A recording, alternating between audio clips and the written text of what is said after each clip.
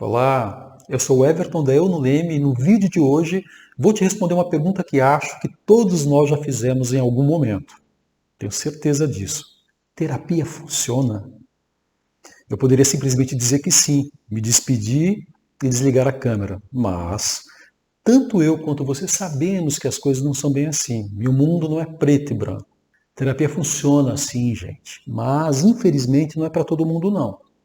E se você decidir ficar comigo até o final, você vai descobrir exatamente para que tipo de pessoa a terapia serve e para quem não serve. Mas antes de começar, calminha, eu não vou te pedir joinha ainda não. É preciso saber que existe muito mais de uma forma de terapia. Cada forma tem suas próprias aplicabilidades. Por isso que a gente precisa analisar a necessidade de cada um e usar os estudos científicos para guiar nossas decisões. Vamos falar então sobre as 3 terapias mais utilizadas até hoje, enquanto a gente grava esse vídeo, que felizmente são as que mais possuem respaldo científico. A primeira delas é a psicanálise, criada pelo famoso psiquiatra, todo mundo já ouviu falar, Sigmund Freud, no começo dos anos de 1890, muito utilizada até hoje, mais de 100 anos depois. A psicanálise pode até não ser a mais efetiva para uma boa saúde mental, segundo os estudos que temos a respeito atualmente. Pelo que a comunidade científica descobriu, o método utilizado por essa terapia, que é basicamente o cliente falando, enquanto o terapeuta anota possíveis padrões de comportamento no papel, e etc, etc. Eu acho que você já deve ter ouvido muito falar sobre como funciona a psicanálise, porque ela é muito conhecida. Bom, não é o melhor tratamento disponível para tratar das doenças mentais, como ansiedade, depressão e por aí vai. Mas ela com certeza tem seu lugar no mundo, desde que se alinhe com os objetivos daquele que contrata a terapia. Antes de eu te dizer qual objetivo é o melhor para essa terapia, eu vou te apresentar as outras duas, ok? E depois dessa breve apresentação, eu vou te mostrar os dados dos estudos que temos a respeito de todas elas. Então vamos lá, vamos para a segunda terapia. Essa tem um nome mais peculiar, mais, sim, dedutível, mas já funciona bem melhor do que a psicanálise. Se chama terapia cognitivo-comportamental, ou famoso TCC, mas não é aquele da faculdade não, tá? Essa terapia, como conhecemos hoje, foi desenvolvida por um psiquiatra chamado Aaron Beck, na década de 1960. Ele pensou nesse tipo de terapia após perceber que muitos dos seus clientes não faziam muito sentido lógico ao botar seus pensamentos ansiosos para fora. Por exemplo, se eu sair de casa, eu tenho certeza que vou ser atropelado. De onde vem esse pensamento? Claro que isso é um exemplo gritante, eu sei, mas dá para perceber o que eu quis dizer, né? Não faz lógica. Após Aaron notar a falta de racionalidade nesse tipo de pensamento, ele começou a desconstruir eles de maneira racional. Essa desconstrução era feita na frente de seus clientes, que na maioria das vezes se chocavam após perceber a falta de sentido na lógica dos seus pensamentos. Isso às vezes gerava um choque de realidade, grande o suficiente para tirar a pessoa de um estado de ansiedade, por exemplo. Opa, de repente uma coisa nova surgia e não era racional. Então, em outras palavras, a terapia cognitivo-comportamental é o uso da lógica para quebrar linhas de pensamentos inválidos e prejudiciais para o próprio cliente. Certamente um grande avanço em relação à psicanálise, em termos de efetividade, eu estou dizendo, segundo os próprios estudos nos quais estou me baseando para falar com você agora. Eu só vou explicar a próxima terapia e depois já te explico melhor por que essa terapia é mais efetiva que a psicanálise e para quem cada uma serve. Só mais um pouquinho de paciência. A terceira terapia é a mais efetiva de todas, em termos de domar a ansiedade, depressão e outros problemas de origem psicológica. Antes de eu revelar o nome dela para você, é importante dizer que apesar da terapia funcionar para 99% das pessoas, quem tem um grau de autismo muito elevado ou esquizofrenia provavelmente não conseguirá se beneficiar de nenhuma delas. Bom, enfim, essa terceira terapia se chama hipnoterapia, que utiliza como base para fins terapêuticos a própria hipnose. O primeiro relato da descoberta da hipnose é de um homem peça que marcou a história em muitos campos e áreas diferentes. O nome dele era Avicena, um filósofo que nasceu em 980 e morreu em 1037. Avicenna é considerado até hoje um dos maiores físicos, astrônomos e filósofos da nossa história. E como se não bastasse, também é considerado o pai da medicina moderna. Então temos muito a aprender com ele. Foi há mais de 1000 anos que ele descobriu a efetividade da hipnose, que só pôde ser validada na íntegra quase 1000 anos depois pela comunidade científica contemporânea. Isso até me lembra o Einstein, que criou uma teoria que só pôde ser confirmada 106 anos depois. Fora tantas outras que foram confirmadas 80, 90 anos depois. Há casos sem fim de confirmação tardia da ciência para aspectos de estudos mais empíricos, ou seja, aqueles que são feitos pela observação. Nem tenho como saber de todas elas. Mas, inclusive, eu vou deixar um link aqui na descrição se você quiser dar uma olhadinha nessa teoria do Einstein, que foi confirmada, gente, em 2021. Mas é um artigo em inglês, mas que vale a pena você dar uma estudadinha. Veja lá aqui embaixo, tá bom? Talvez você ache um exagero comparar qualquer gênio ao Einstein, mas tenho certeza que você vai ficar surpreso com o que eu vou te falar agora. Pois essa descoberta da eficácia da hipnose em terapias foi possivelmente o maior avanço na área psicológica até hoje. Mas, para ter uma ideia do quão revolucionária a hipnoterapia é, precisamos comparar ela às outras terapias que normalmente são mais utilizadas.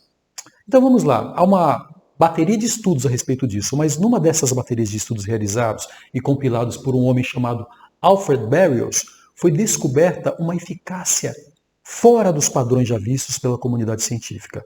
Gente com todo tipo de problema, desde tendências suicidas até dependentes químicos, todo mundo conseguia se livrar ou domar as raízes das questões mais tenebrosas. Não era questão de tentar e não conseguir, pois os estudos pela primeira vez mostraram algo certeiro sobre as áreas da mente humana. Quem faz a hipnoterapia, com certeza, evolui no tratamento e também na solução dos seus problemas. Quando eu verifiquei esses estudos, eu fiquei assim simplesmente maravilhado e decidi ampliar os meus estudos e a minha especialização na hora, porque a hipnose é algo realmente eficaz e que trouxe para mim uma série de caminhos interessantes no campo terapêutico. Imagina alguém se curar do medo da altura que teve por mais de 20, 30, 40 anos em um mês, ou se livrar de décadas de ansiedade em 45 dias. Você consegue imaginar o poder disso, gente? É muito forte. O poder de algo verificado pela ciência, que realmente tem potencial absurdamente alto, a ponto de mudar completamente a vida de alguém. É muita coisa. As possibilidades são infinitas, mas infelizmente não são para todos, como tudo na vida. Como eu falei antes, as chances dessa e de qualquer outra terapia funcionarem para alguém que possui esquizofrenia, por exemplo, ou altos graus de autismo, são mínimas, infelizmente. Porém, se você não se encaixa nesse perfil, ou seja, não tem um grau de autismo elevado e nem sofre por esquizofrenia, então essa pode ser realmente a melhor solução para você que quer se livrar de verdade da ansiedade, depressão, fobias, traumas. Mas deixa eu te explicar primeiro qual terapia é a melhor para cada perfil de pessoa. Digamos que você seja uma pessoa ansiosa, uma suposição. Digamos que você já esteja cansado de viver nessas condições. Será que fazer terapia por 11 anos e ter 60% de chance de não adiantar nada valeria a pena para você? Bom, a psicanálise é boa? Claro, sem dúvida. Mas vamos supor que você tenha tido um dia muito puxado, um dia estressante no trabalho. Não seria gostoso simplesmente deitar num sofá, num divã, por uns 40, 60 minutos e reclamar para alguém que está sendo pago para te ouvir, sem reclamar ou sem te julgar? A psicanálise pode ser interessante e benéfica, desde que você não tenha uma condição mental mais séria, que precisa de realmente uma atenção mais urgente, como níveis de ansiedade mais altos do que o normal, depressão e por aí vai. Se você tiver tempo, dinheiro e uma saúde mental normal, é realmente uma ideia fantástica. Para ser sincero, eu gostaria de viver num mundo em que a gente só precisasse de psicanálise como terapia. Queria que o nosso maior estresse fosse o cachorro fazer xixi no tapete da sala, ou alguma coisa assim. Mas esse mundo ainda está muito distante, muito mesmo, visto que até o Brasil hoje é considerado o país mais ansioso do mundo. Mas, enfim, psicanálise é para quem tem tempo, dinheiro e não tem nada muito urgente para resolver. Existem muitas pessoas assim, e eu acho que o objetivo de todo mundo devia ser chegar nesse ponto. Fazer psicanálise só por prazer, só para desabafar e não por exatamente uma necessidade. Agora vamos para a segunda terapia. A terapia cognitivo-comportamental é uma ótima ferramenta para lidar com ansiedade e depressão. Dá para ver que ela já é muitíssimo melhor do que a psicanálise.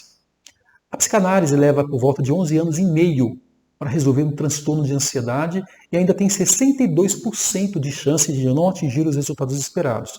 Já a terapia cognitivo-comportamental tem praticamente o dobro de chances de dar certo, em apenas 6 meses. Para quem que serve essa terapia? Bom, serve para qualquer pessoa interessada em entender melhor conscientemente as distorções cognitivas causadas pelas nossas crenças, fobias, medos, criações, enfim. Porém, apesar dela ser razoável em termos de efetividade, ela peca num aspecto específico.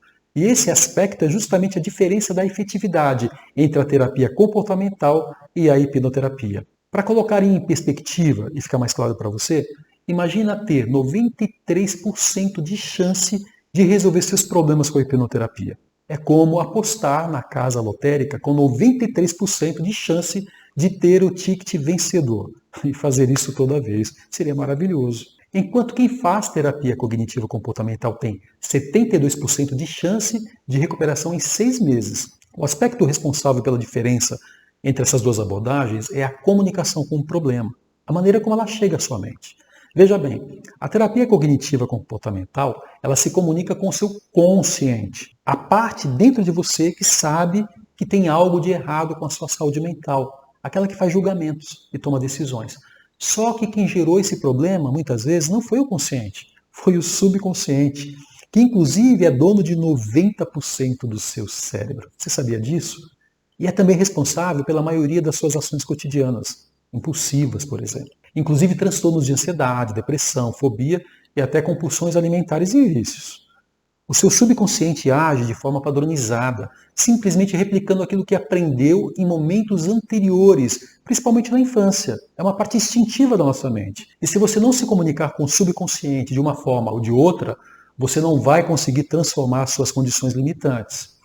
Quando você tenta se comunicar com o subconsciente de forma aleatória, você tem pouquíssimas chances de obter resultados satisfatórios. Quando você tenta se comunicar com o subconsciente pela lógica, você tem chances razoáveis. Sim, é verdade.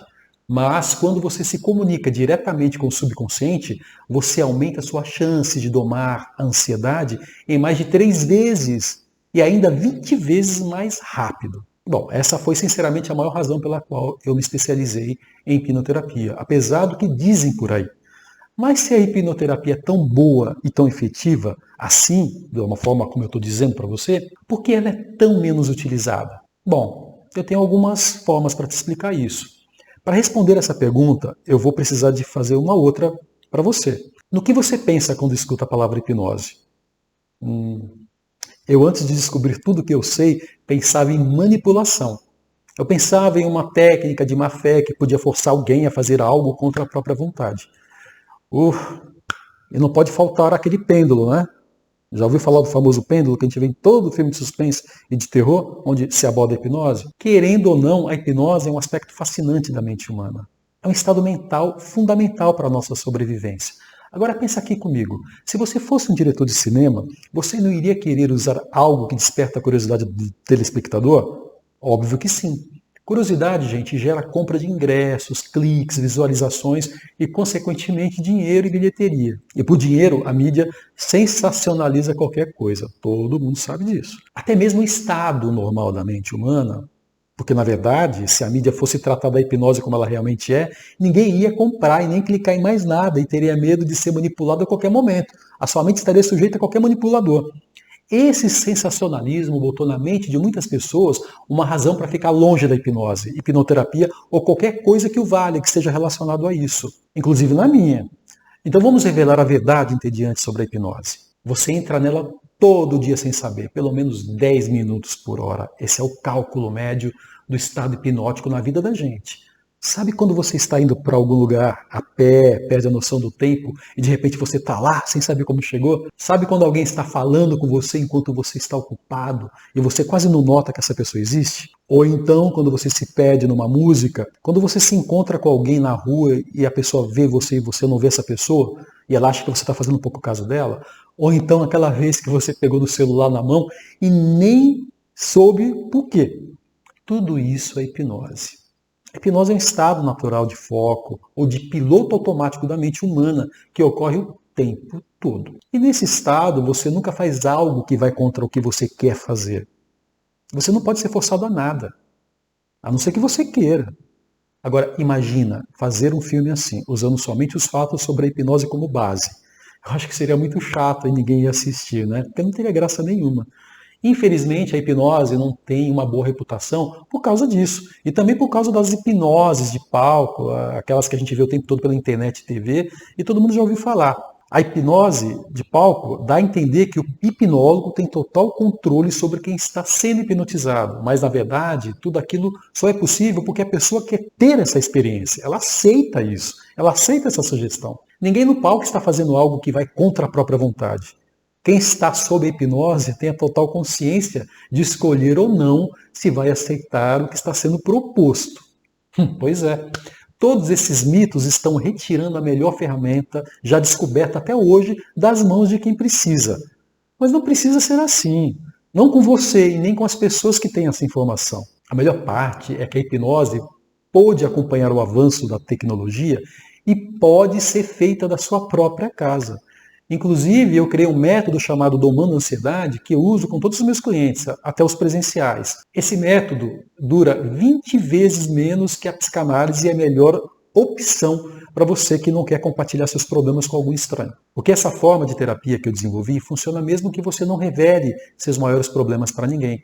Dura em torno de 5 meses. Você pode compartilhar com outras 2 pessoas e ter acesso vitalício.